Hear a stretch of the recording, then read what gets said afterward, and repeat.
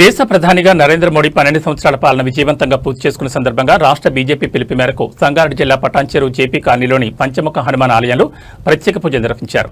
BJP జిల్లా ప్రధాన కార్యదర్శి కొల్కూరు రాజశేఖర్ ఆధ్వర్యంలో జరిగిన ఈ కార్యక్రమంలో పార్టీ నాయకులు కార్యకర్తలు పాల్గొన్నారు.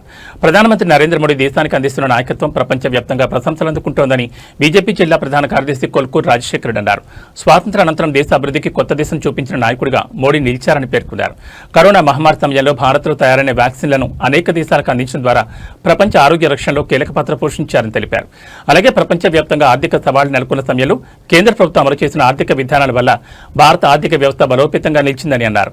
నరేంద్ర మోడీ నాయకత్వంలో దేశం అన్ని రంగాల్లో అభివృద్ధి సాధించిందని, ఆయనకు భగవంతుడు అన్ని వేళ ఆయురారోగ్యాలు సుఖ సంతోషాలను ప్రసాదించాలని, మరెన్నో సంవత్సరాలు దేశానికి సేవ చేయాలని ప్రత్యేక పూజలు నిర్వహించామని ఆయన అన్నారు. ఈరోజు భారతదేశానికి చాలా సుదినం. ఎందుకంటే ఇది ఒక గొప్ప పండగ వేలన్నట్టు పండగ జరుపుకోవాలి.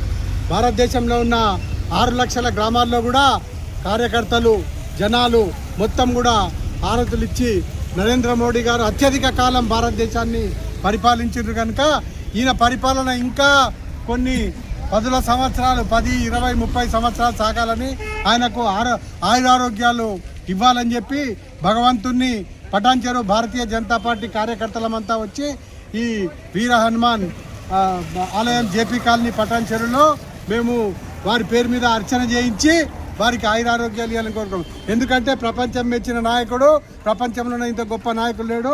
భారతదేశంలో ఉన్నటువంటి 145 కోట్ల జనాలకు 12 ఏళ్ళ నుంచి అత్యధిక కాలం, 12 ఏళ్ళ పైన కూడా అత్యధిక కాలం పరిపాలించి అందరి రికార్డులను కూడా బ్రేక్ చేసినటువంటిది ప్రపంచం మెచ్చిన నాయకుడు.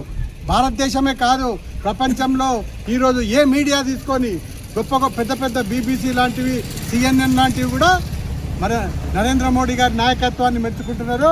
3వసారి ఎలక్ట్ అయిన తర్వాత ఇంకా వారి పరపతి భారతదేశంలో ఇప్పటికీ 70% ఆయనను కోరుకుంటున్నారు, ఆయన పరిపాలన కావాలని. గొప్ప గొప్ప దేశాలే కుప్పకూలిపోయినాయి. సో ఏ విషయంలో మన 2020లో మన పటాన్చెరు పట్టణంలో గల జేపీ కాలనీలో పటాన్చెరు భారతీయ జనతా పార్టీ సీనియర్ నాయకులు శ్రీనివాస్ గుప్తన్న గారు, RSS రమణ గారు, జగన్ రెడ్డి అన్న గారు, మరియు కొండలంకుల్ గారు, రాజుగౌడ్ గారు, అట్లా మేము సుమారు 15-20 మంది కార్యకర్తలు అందరం కలిసి నరేంద్ర మోదీ గారు 12 సంవత్సరాలు ప్రధానిగా పూర్తి చేసుకున్న సందర్భంలో ఇవాళ ప్రత్యేక పూజలు ఈరోజు నిర్వహించుకోవడం జరిగింది. ఎందుకంటే రాష్ట్ర పార్టీ ఆదేశాల మేరకు రాష్ట్రంలో నలుమూల ప్రతి దగ్గర ప్రతి మండలాల్లో ఈ కార్యక్రమాన్ని నిర్వహించుకోవడం జరుగుతాం. మరీ ముఖ్యంగా కొన్ని అంశాలు ఈ 12 సంవత్సరాల్లో ఒక్కసారి మనం గుర్తు చేసుకుంటే ఈ 12 ఏళ్లలో ఎలాంటి చరిత్ర అంటే బిఫోర్ నరేంద్ర మోడీ, ఆఫ్టర్ నరేంద్ర మోడీ అనే ఒక ఎవల్యూషన్. అంటే సుమారు మనకు స్వాతంత్రం వచ్చి ఇంచుమించు 75 సంవత్సరాలు అయినా కూడా ఇంతకుముందు జరిగినటువంటి కాంగ్రెస్ పార్టీ కానీ, ఒక తర్వాత వచ్చేటటువంటి ఇంకో 1000 సంవత్సరాలు గుర్తుండిపోయే అద్భుతమైన పథకాలు, అద్భుతమైన చాలా అద్భుతమైన విషయాలు 12 సంవత్సరాలు అభివృద్ధి కొరకై నరేంద్ర మోదీ గారు మనందరి కోసం నిలబడడం జరిగింది. అందుకని మొట్టమొదటిసారి ఎప్పుడైతే 2014లో వారు ఎప్పుడైతే ప్రధానమంత్రిగా గెలిచిన వెంటనే మేక్ ఇన్ ఇండియా అనే ఒక మంచి సబ్జెక్ట్తో, మంచి కాన్సెప్ట్తో, మంచి పథకాలకు ముందుకు రావడం జరిగింది. అంటే మన దేశ వస్తువులు కొనడం కానీ, కొనుగోలు కానీ, అమ్మకాలు కానీ, మనలో వ్యాపారాన్ని కానీ, మనలో ఆర్థికంగా అందరం అభివృద్ధి చెందడానికి ఒక మంచి కార్యం తీసుకోవడం జరిగింది. డిజిటల్ ఇండియా అని చెప్పి, 5G ఎవల్యూషన్ అని చెప్పి, తర్వాత డిజిటల్ పేమెంట్స్. అంటే మన బస్తీలో ఉన్న చివరాకి కొట్టు నుంచి పైన ఉన్నటువంటి టాప్ మోస్ట్ కార్పొరేట్ ఆఫీస్ వరకు కూడా ఈ UPI పేమెంట్స్, డిజిటల్ పేమెంట్స్, అంటే ప్రతిలో ట్రాన్స్పరెన్సీ పెంచుకోవడానికి, మన ఎకనామికల్ గ్రోత్ పెంచుకోవడానికి నరేంద్ర మోదీ గారు అద్భుతమైన పథకాలు తీసుకున్నారు.